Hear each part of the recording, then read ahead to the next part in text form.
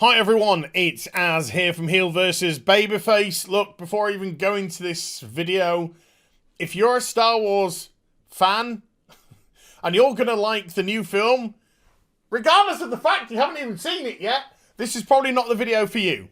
Okay, so I'm just giving you plenty of warning so you don't get yourself triggered, you don't get yourself sad or mad or anything else that you want to do because, I don't know, you ain't got a life. Just be on your merry way. Go and have some fun. Go play with some sand.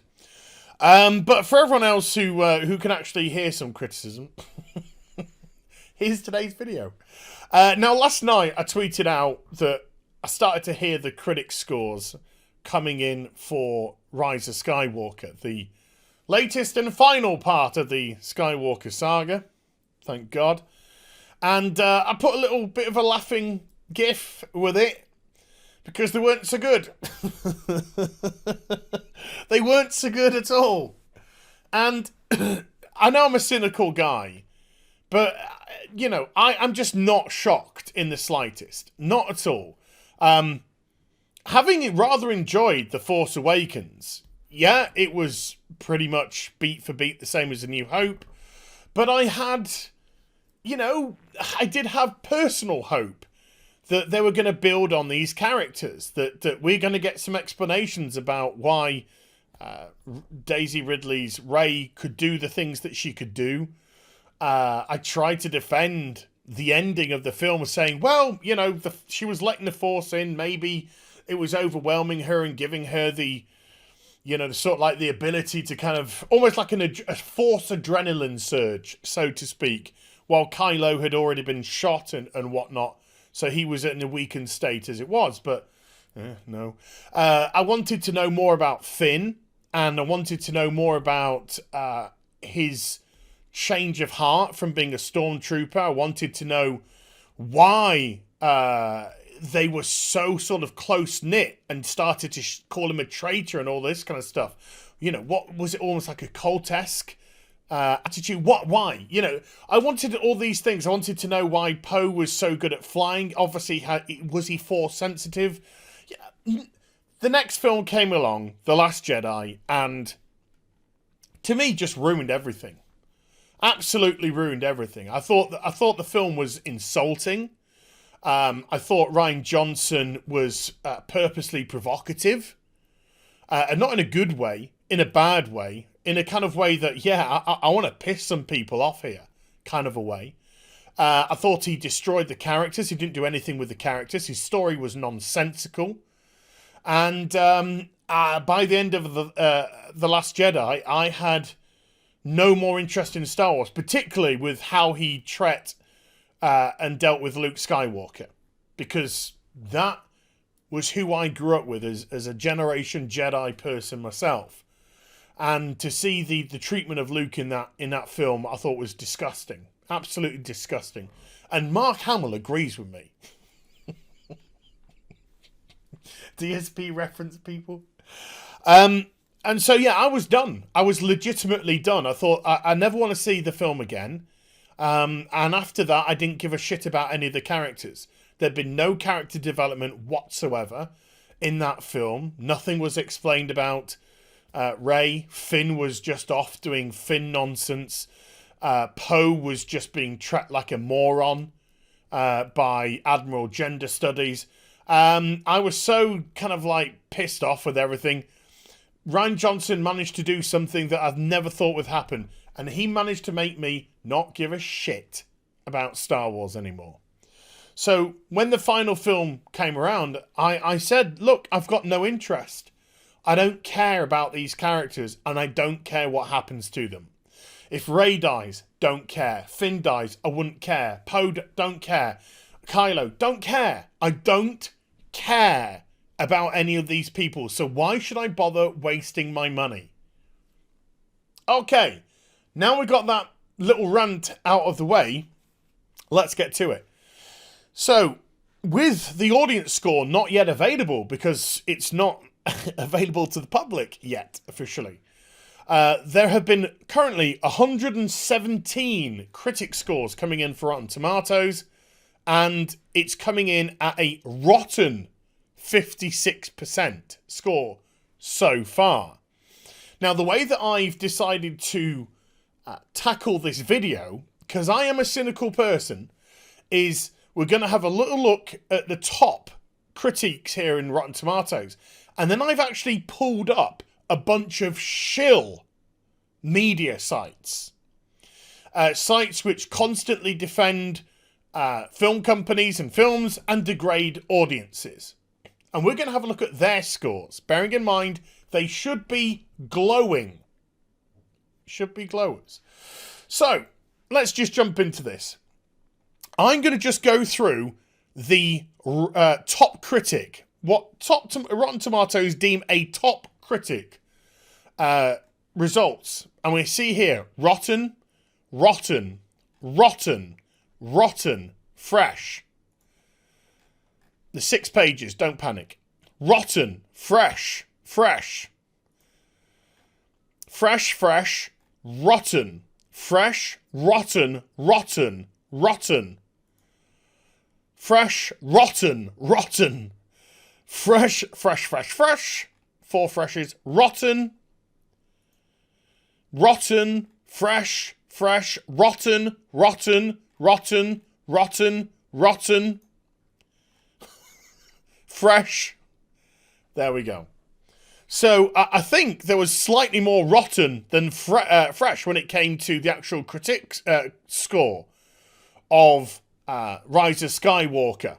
Even look, Forbes Scott Mendelsohn gave it a whack 3 out of 10, and that's somebody that, to be honest with you would expect to kind of shill a bit. So with that in mind, let's jump to IGN. And I couldn't laugh anymore if I tried with this. Going with a very generic title of Star Wars: The Rise of Skywalker review. One last look at our friends can't quite bring the Skywalker saga to a fully satisfying conclusion. Have a guess what IGN have possibly given this film. Yes, they've given it an IGN classic of 7 out of 10. That's an IGN rotten, by the way. That's an IGN rotten without going so low as to have Disney say, well, no more treats for you. So a classic IGN 7 out of 10. Let's go with Vox. Absolute shill site if ever there was one, from top to bottom. Star Wars: The Rise of Skywalker is what happens when a franchise gives up. The new movie is a colossal failure of imagination. Ouch. 1.5 out of 5. Vox. 1.5 out of 5. Eek. Collider. Before I go there, I really wanted this to be reviewed by Christian Karloff. If you didn't know who he is, he's the guy who had the tantrum that he wasn't invited to Star Wars Galaxy's Edge after he had, quote, busted his ass as a Star Wars fan for 5 years.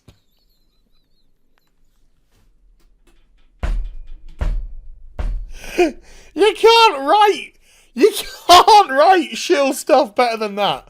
Collider.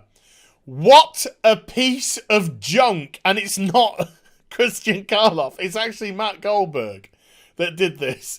If it was Christian Karloff, I might be like, he might be a little bit bitter. But it's not even him. What a piece of junk is their synopsis of Rise of Skywalker. I'm not sure. Rating D+. Now, I'm a guy who likes his Ds. Slightly in a different way. But D+. Ouch. This is shill media at its finest. Okay, and then we've got Polygon. Polygon, who don't grade it, but this is their closing paragraph, folks.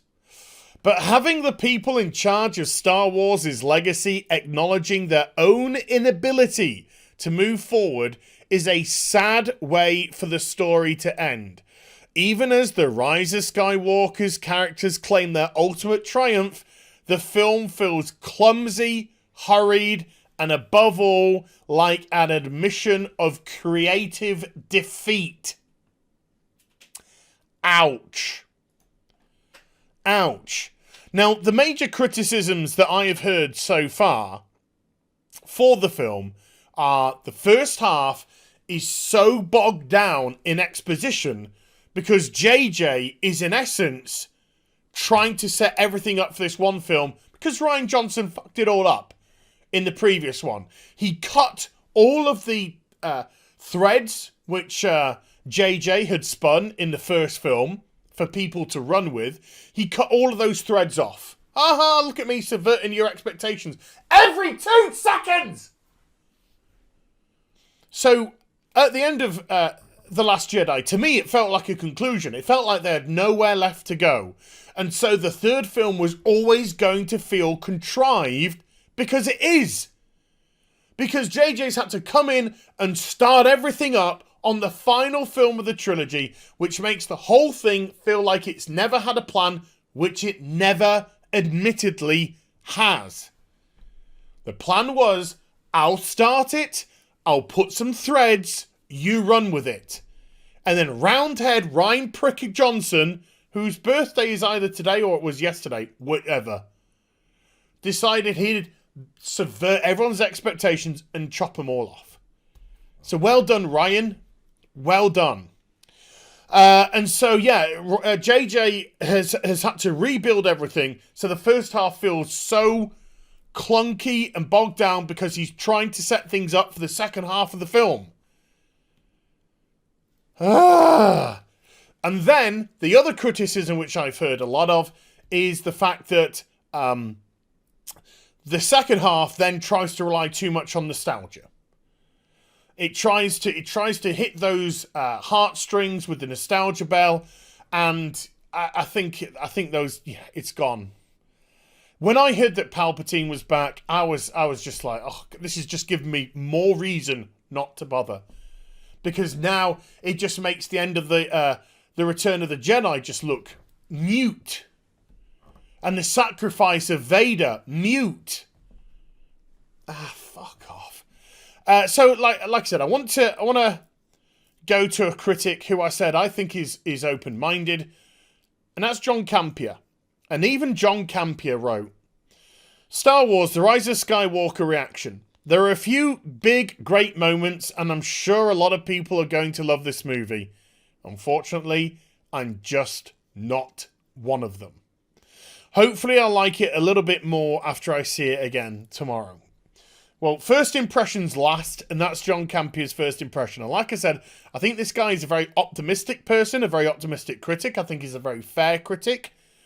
But I also think he goes into stuff, like I said, with a big open mind and with the hope to be impressed. As regards to me, who's very cynical and goes in being, oh my God, please don't be a piece of shit. So even somebody like John Campea, nah, thanks. So you've already made your mind up whether you're going to see Rise of Skywalker or not. So this isn't a video going, don't watch it or anything like that. You've already made your mind up. You want to go watch it, go watch it. I don't care. No skin off my nose. But I just personally, I was done after The Last Jedi. I was done, and I'm not going to waste my money on this. I'm not going to feed the Disney machine, which is going to produce shite like this. I'll happily give it to Disney for Disney Plus, VPN. For The Mandalorian, I'll happily give it to them if they produce good stuff, but I don't give a toss about any of these people, and I don't give a toss about what happens to them. And to be perfectly honest with you, it doesn't look like anyone else either does. So there we go. First of today's videos. There's going to be another one later. Some people are going to like it. But I hope you enjoyed this one. If you did, do give it a thumbs up, and also subscribe to the channel. Follow me on social media and Twitch for live streaming. Links are in the description box down below, and I'll be back with some more stuff very soon. You take care. Bye for now.